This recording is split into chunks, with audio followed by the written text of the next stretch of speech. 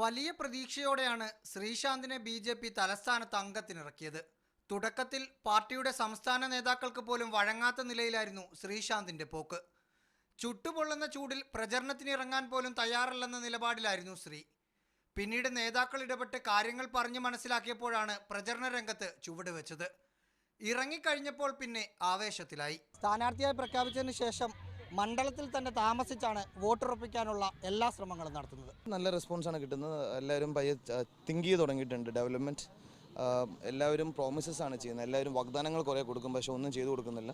അപ്പോൾ എൻ്റെ ഭാഗ്യത്തിന് സെൻട്രൽ ഗവൺമെൻറ് തന്നെ എനിക്ക് പെർമിഷൻ കിട്ടിയുകൊണ്ട് അവർ ഫുൾ പെർമിഷൻ തന്നിട്ടുണ്ട് എനിക്ക്. നമ്മൾ 19-ാം തീയതി ജയിച്ചു കഴിഞ്ഞ ഉടൻ തന്നെ ഓരോ കാര്യങ്ങൾ ചെയ്യാൻ വേണ്ടി. വോട്ടർമാർക്കിടയിൽ ഇറങ്ങുമ്പോൾ കഴുത്തിൽ ബി.ജെ.പിയുടെ പതാക മാതൃകയിലുള്ള ഷാള് മിക്കപ്പോഴും ഉണ്ടാവും. ഷാള് മാറ്റുമ്പോൾ ഷർട്ടിൽ താമര ചിഹ്നം കുത്തിവെക്കും. വലിയൊരു ക്രിക്കറ്റ് താരത്തെ തൊട്ടടുത്ത് കാണാൻ കിട്ടുന്നതിൻ്റെ ത്രില്ല് വോട്ടർമാരിലും കാണാം. അതുകൊണ്ട് തന്നെ ശ്രീശാന്ത് എത്തുന്നിടത്തെല്ലാം ആളുകൾ കൂടുന്നുണ്ട്.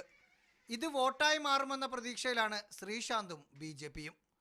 റഹീസ് റഷീദ്, മീഡിയ 1, തിരുവനന്തപുരം.